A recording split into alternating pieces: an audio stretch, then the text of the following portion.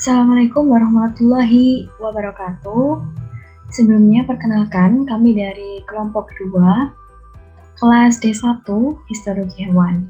Di sini kami akan mempresentasikan hasil diskusi kami tentang tugas yang telah diberikan mengenai sistem imun. Sebelumnya, sebelum kami memulai presentasinya, di sini kami akan memperkenalkan anggota kelompok 2 terlebih dahulu. Perkenalkan anggota kelompok kami yaitu kelompok 2. Pertama, perkenalkan saya Malia Fadila dengan NIM akhir 023.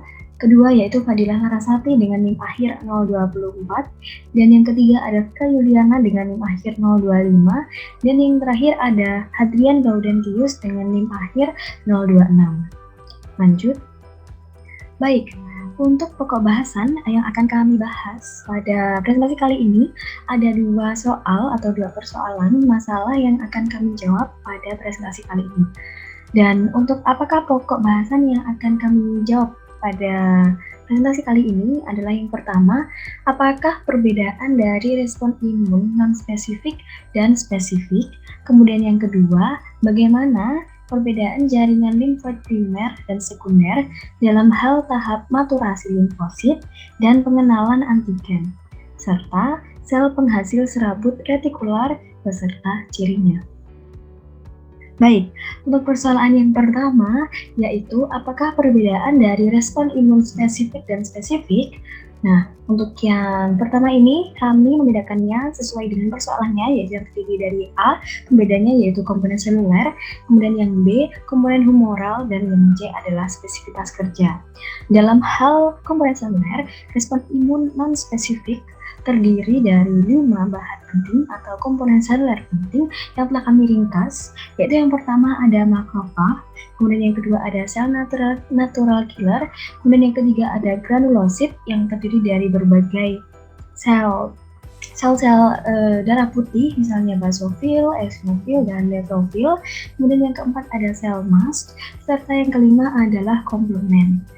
Kemudian untuk komponen seluler dari respon imun spesifik yang telah kami ringkas menjadi 4 bagian komponen seluler penting, yaitu yang pertama ada limfosit sel T, limfosit sel B, dan antibodi dalam darah, serta tidak lupa cairan tubuh lainnya. Kemudian untuk pembeda yang kedua atau komponen humoral, bagi respon imun spesifik terdiri dari 4 buah macam komponen humoral. Yang pertama ada komplement, kemudian yang kedua ada interferon, kemudian yang ketiga ada protein fase akut dan kolektin yang terakhir. Kemudian untuk respon imun spesifik sendiri, limfosit B atau sel B. Kemudian untuk yang ketiga yaitu spesifitas kerja, respon imun non-spesifik kami ringkas yaitu yang pertama, mampu memberikan respon imun langsung, karena respon imun non-spesifik ini adalah imun yang sudah terbawa dari lahir, yang dalam spesifitas kerjanya fagositosis. Dan yang kedua, spesifitas kerja dari respon imun non-spesifik ini adalah siap mencegah bahan asing masuk tubuh dan dengan cepat menyingkirkannya. Kemudian yang ketiga, tidak mampu untuk memberikan respon yang spesifik sehingga tidak menunjukkan spesifitas terhadap bahan asing dan mampu melindungi tubuh terhadap banyak patogen. Kemudian untuk spesifitas kerja respon imun spesifik, yaitu mampu untuk mengenal benda yang dianggap asing bagi dirinya, dan dua, bila sel sistem imun tersebut bertemu kembali dengan benda asing yang sama, maka benda asing yang terakhir ini akan dikenal kemudian dihancurkan. Dan dalam spesifitas kerja respon imun spesifik ini dibandingkan dengan respon imun non-spesifik, dia mampu memberikan dan mengenal bahan asing yang masuk ke dalam tubuh yang kemudian akan dihancurkan secara spesifik.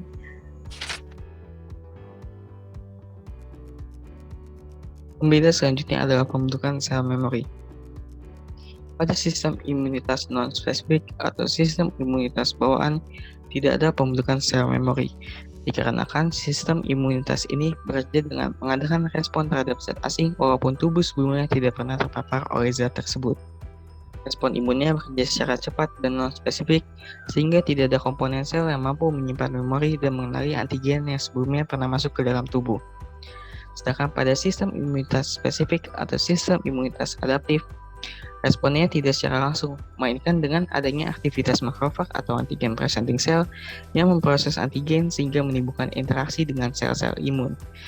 Respon imun primer tersebut mengakibatkan terbentuknya klon atau kelompok sel yang disebut dengan memory cell yang dapat mengenali antigen yang sebelumnya pernah masuk ke dalam tubuh. Jadi jika pada sistem imunitas non-spesifik, sistem imunitasnya bersifat bawaan dan tidak berubah apapun zat asing yang masuk ke dalam tubuh karena tidak ada sel memori di dalamnya. Sedangkan pada sistem imunitas spesifik, sistem imunitasnya bukan merupakan bawaan. Sesuai namanya yang disebut juga sebagai sistem imunitas adaptif. Sistem imunitas ini ada karena pengenalan zat-zat asing yang sebelumnya pernah masuk ke dalam tubuh oleh komponen sel pada sistem imunitas tersebut, seperti limfosit yang setelah ini akan dijelaskan lebih rinci.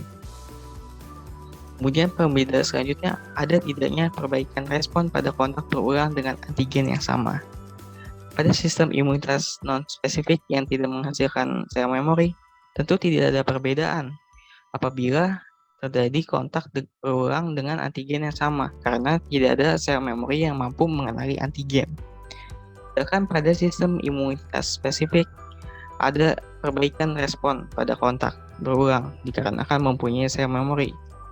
Sehingga ketika kontak ulang, maka respon yang diberikan akan berbeda dari respon sebelumnya. Selanjutnya akan dilanjutkan penjelasan dari teman saya mengenai limfosit. Pembahasan selanjutnya yaitu mengenai perbedaan jaringan limfoid primer dan sekunder dalam hal tahap maturasi limfosit dan pengenalan antigen, serta sel penghasil serabut retikular beserta cirinya. Pertama, kita akan membahas mengenai perbedaan jaringan limfoid primer dan sekunder berdasarkan tahap maturasi limfosit yang ada di dalamnya. Jaringan limfoid primer terdiri dari sumsum tulang belakang dan timus.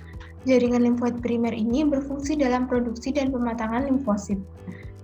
Prekursor limfosit mengalami maturasi dan menjadi fungsional dalam sumsum tulang yang kemudian disebut dengan limfosit B. Sementara itu, prekursor limfosit T meninggalkan sumsum tulang melalui sirkulasi darah dan mencapai timus untuk mengalami proliferasi dan diferensiasi secara intens, sehingga limfosit T akan menjadi matur ataupun mati melalui apoptosis. Sementara itu, pada jaringan limfoid sekunder, proses yang terjadi yaitu sel T dan sel B yang telah matur pada organ limfoid primer tersebut sebelumnya akan bermigrasi pada beberapa jaringan atau yang disebut dengan proses resirkulasi limfosit. Salah satunya adalah singgah pada limfoid sekunder atau perifer yang meliputi limfa, nodus limfa, tonsil, dan lain-lain. Pada jaringan limfoid sekunder, reseptor yang dimiliki oleh sel T dan sel B akan mengikat antigen asing sehingga memicu respon imun yang membuat sel-sel limfosit teraktivasi dan membentuk sel plasma yang dapat mensekresikan antibodi. Selanjutnya, perbedaan jaringan limfoid primer dan sekunder berdasarkan pengenalan antigen. Kita akan membahas dari jaringan limfoid primer, timus terlebih dahulu. Pada timus ini terjadi seleksi positif terhadap sel limfosit T yang belum terdiferensiasi. Sel limfosit T akan dihadapkan dengan sel epitel korteks timus yang mengekspresikan MHC atau Mayor Histocompatibility Complex kelas 1 dan kelas 2. Apabila mengikat MHC, maka sel akan mengalami apoptosis. Namun apabila tidak mengikat MHC, maka akan dilanjutkan dengan seleksi negatif di medula timus yang nantinya sel limfosit ini akan dihadapkan dengan medula timus yang juga mengekspresikan MHC. Apabila mengikat kuat molekul MHC, maka limfosit akan mengalami apoptosis. Sementara itu, apabila tidak mengikat MHC, maka sel limfosit tersebut akan tetap survive dan akan menyelesaikan proses maturasinya. 2% dari sel yang survive tersebut akan mengalami proses seleksi di timus.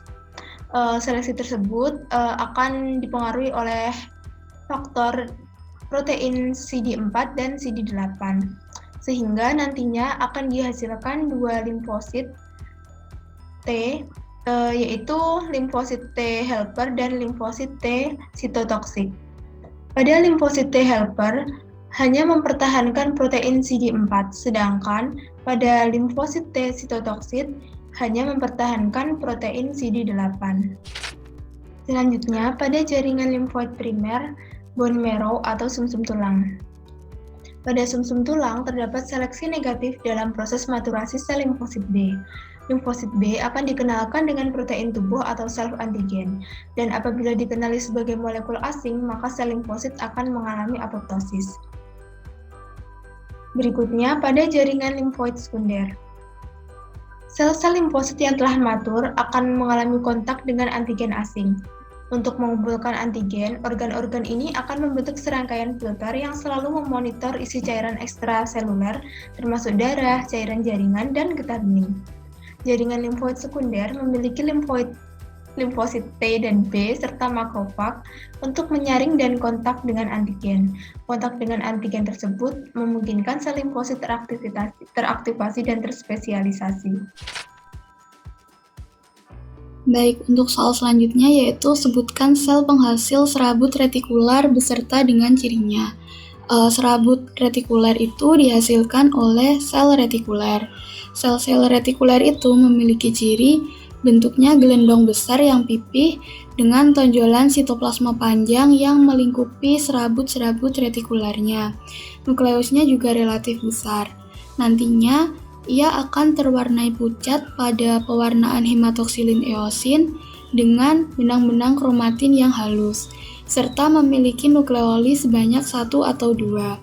Nah, selain menghasilkan serabut retikuler, sel retikuler ini nanti juga menghasilkan matriks ekstraseluler. Nah, matriks ekstraseluler ini nanti dapat mempengaruhi bentuk sel, kelangsungan hidup sel, perkembangbiakan sel, polaritas, serta kelakuan sel. Nah, matriks ekstraseluler yang dihasilkan ini contohnya adalah fibrilin, laminin, kemonin, sitokinin, dan fibronektin. Sekian dari kami. Terima kasih telah menonton video presentasi dari kami. Wassalamualaikum warahmatullahi wabarakatuh.